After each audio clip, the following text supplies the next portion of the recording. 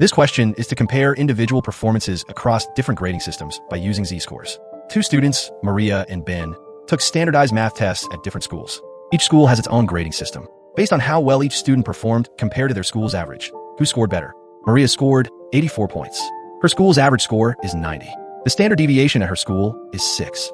Ben scored 72 points. His school's average score is 78. The standard deviation at his school is 3. First step is to recall the key concept. To compare scores across different schools fairly, we use something called z-score. This tells us how many standard deviations a student's score is above or below their school average.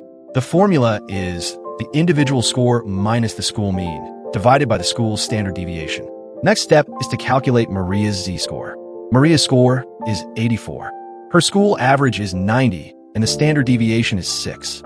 So we subtract 84 from 90, which gives -6. Then we divide -6 by 6, which equals -1. Maria's z-score is -1. Next step is to calculate Ben's z-score. Ben's score is 72. His school average is 78, and the standard deviation is 3. So we subtract 72 from 78, which gives -6. Then we divide -6 by 3, which equals -2. Ben's z-score is -2. Next step is to compare the z-scores.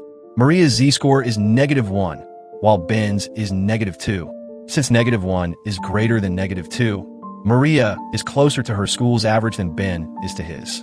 Therefore, Maria performed better relative to her school. When different systems are used, always compare performances using how far they are from the average, not the raw scores.